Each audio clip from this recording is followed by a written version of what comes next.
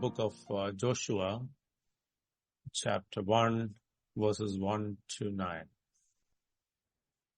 After the death of Moses, the servant of the Lord said to Joshua, the son of Nun, Moses' assistant, "Moses, my servant, is dead. Now therefore arise, go over this Jordan, you and all this people, into the land that I am giving to them, to the people of Israel. Every place that the sole of your foot will tread upon, I have given to you, just as I promised to Moses.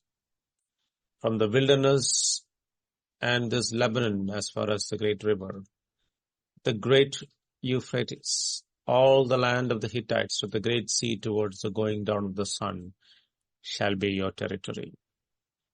No man shall be able to stand before you all the days of your life. Just as I was with Moses, so I will be with you. I will not leave you or forsake you. Be strong and courageous, for you shall cause this people to inherit the land that I swore to their fathers to give them. Only be strong and very courageous, being careful to do according to all the law that Moses my servant commanded you. Do not turn from it to the right hand or to the left, that you may have good success wherever you go. This book of the law shall not depart from your mouth, but you shall meditate on it day and night, so that you may be careful to do according to all that is written in it. For then you will make your way prosperous, and then you will have good success. Have I not commanded you? Be strong and courageous. Do not be frightened, and do not be dismayed, for the Lord your God is with you wherever you go."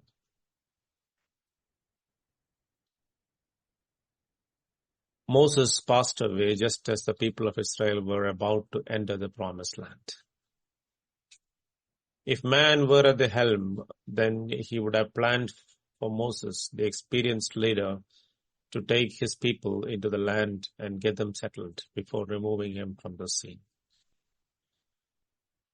But God's ways are not man's ways, and his thoughts are not ours. No one is indispensable to God. It is true that Moses was greatly used by God to bring about the people of Israel this far. He was their leader, their intercessor, their comforter, their judge, and their prophet. From God's perspective, he was a faithful servant in all his house. His death on the threshold of Canaan brought Israel's focus back to God, rather than on Moses or any other man that God might use. The lesson is reiterated in Hebrews 11, where the writer touches upon the faith of our forefathers, but exhorts us to keep looking into Jesus, the author and finisher of our faith. God does not encourage hero worship. That might be one of the reasons that he buried the body of Moses, so that no one to this day knows where he is buried. Faithfulness to God is an accurate reflection of our faith in him. Therefore, faithfulness earns a good report. God identified Moses as a successor to Moses. Like Moses, faithfulness was a marked characteristic of Joshua. He is first mentioned in Exodus 17, where Moses asked him to lead the fight against the Amalekites. He fought with valor even when he recognized that it was not solely by his efforts that the battle was to be won that day. In Exodus 24, he went a part of the way with Moses, who ascended Mount Sinai to receive the tablets of the law. Joshua is there called the minister or servant of Moses. Joshua waited patiently and hopefully for 40 days on the mountain, while Moses was with God, hidden from Joshua and inaccessible to him. Though God did not speak to Joshua at that time, he was more than willing to be a servant of Moses, the servant of God. We see him again when Moses came down and saw the people worshipping the golden calf. Following this incident, Moses pitched the tent of meeting outside the camp as a mark of estrangement the people had created between them and their God. If anyone needed to speak to the Lord, they went out to the tent of meeting. we read, "And the Lord spake unto Moses face to face, and he turned again into the camp. But his servant Joshua, the son of Nun, a young man, departed not out of the tabernacle." Joshua loved the presence of the Lord, even though we do not see that the Lord spoke to him as he did to Moses. Again, we see him going out to spy the promised land. Unlike the majority of the spies, he did not go along with the narrative of Israel's weakness versus the strength of the Canaanites. He reported accurately on the land and of the people, just like the other spies, but relied on the promise of God and encouraged the hearts of the people to go in and possess the land. At that time, the people rejected their message and were about to stone them. Yet, he did not change his opinion because of public pressure. God recognized his faith and that of Caleb. Of all the people over 20, only these two would enter the promised land. In this chapter, God describes the boundaries of the promised land in order that Israel might go and inherit it in faith. These were not empty, barren lands. The land was occupied by people who were much stronger and numerous than them. Without Moses and faced by giants, it would be easy to feel weak and fearful. But God promised his provision and protection during this task. He said in verse 5, "No man shall be able to stand before you all the days of your life. Just as I was with Moses, so I will be with you. I will not leave you or forsake you."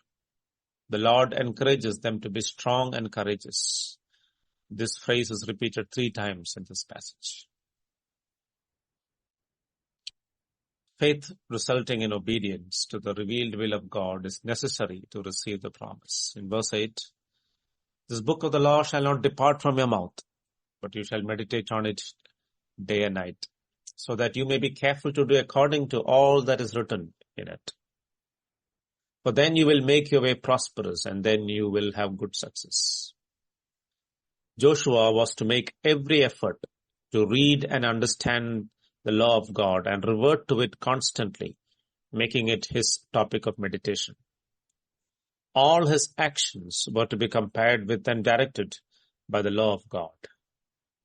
In the history of Israel, there were many instances where their ignorance of or disobedience to the law landed them in difficulties.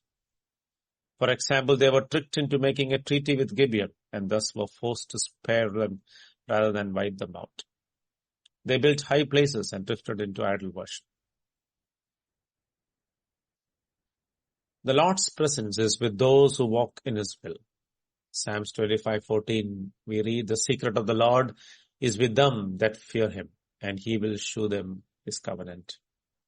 Hebrews 13:5, "Keep your life free from the love of money and be content with what you have. For he said, I will never leave you nor forsake you."